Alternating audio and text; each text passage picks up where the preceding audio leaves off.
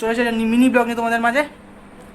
তো আজকে আমি একদমই ব্লগ করিনি, প্রথমে বলে দিই কালকে আমার লং ব্লগ আসবে না, কারণ কি আজকে আমার এইচএস রেজাল্ট ছিল, তো আমি টেনশন ছিলাম, তাই জন্য ব্লগ করতে পারিনি। এখন সন্ধ্যে দেওয়া হয়ে গেছে, নিচে যাব, নিচে গিয়ে এখন চাটা খাবো। তো চাটা খেয়ে তারপরে স্যারের বাড়ি দেবো রেজাল্টটা দেখাতে। তোমাদের বলে দিই আমার রেজাল্ট ভালো হয়েছে। মার্কশিটটা পেলে নিশ্চয়ই তোমাদের দেখাবো 10-12 তারিখে, হয়তো মার্কশিট 12 তারিখ না 10 তারিখের মধ্যেই মার্কশিটটা পেয়ে যাবো। তো পেয়ে গেলে নিশ্চয়ই তোমাদের দেখাবো।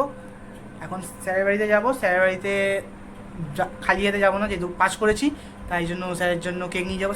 স্যার যেহেতু সুগার, স্যার কেক খায় না, তাও নিয়ে যাবো সুগার ফ্রি কেক স্যারের আন্টির জন্য। তো মিউ মোড়ে যাই, মিউ মোড় থেকে কেক নিয়ে তারপরে স্যারের বাড়ি যাবো। আগে চাটা খেয়ে নিই। রেডি করেছি, বাইরে যাচ্ছি স্যারের বাড়িতে। কেক নিয়ে নিয়েছি, ভাবলাম শুধু কেক নেবো আন্টি স্যারের জন্য, তাই বাকি স্টুডেন্টদের জন্য লজেন্স নিয়ে নিয়েছি। তো যাই, আমার স্যারকে এটা দেবো, নমস্কারটা করে তারপরে বাকিদের সবাইকে লজেন্স দেবো। তো স্যারের বাড়ি থেকে কথা হচ্ছে। চলে এসেছি, এখন খেতে বসে পড়েছি। আজকে মাংস রান্না হয়েছে, তোমার দেখাই।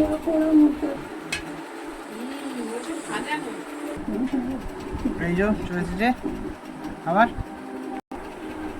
খাবারটা খেয়ে নিই। তো খেতে খেতেই আজকে মতন আমার মিনি ব্লগটাকে এখানেই শেষ করলাম।